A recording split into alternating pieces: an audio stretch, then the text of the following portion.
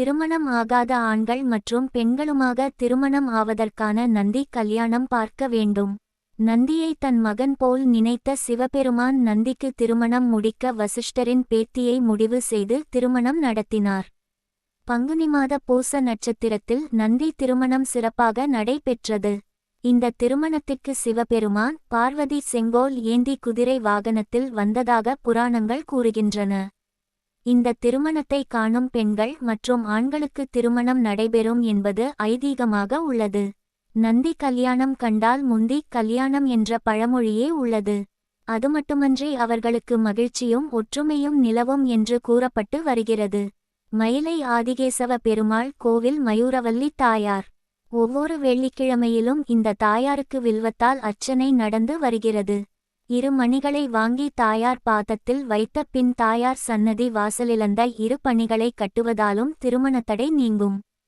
காளஹஸ்தி திருக்கோவில். தஞ்சாவூர் கதிரினத்தம் என்ற கிராமத்தில் காளஹஸ்தீஸ்வரர் கோவில் உள்ளது. திங்கட்கிழமை கோளில் ராகு காலத்தில் சுவாமிக்கும் சிறப்பு வழிபாடு செய்யப்படும்.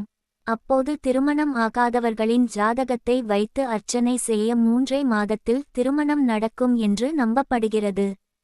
தென் திருப்பதி உப்பிலி அப்பன் கோவில். உப்பிலியப்பன் கோவிலில் திருமால் கோகிலாம்பையை மணந்து திருமண வரம் அளிக்கிறார். அதனால் இக்கோவிலுக்கு செல்வது திருமணத் தடையை நீக்கும் என்று நம்பப்படுகிறது.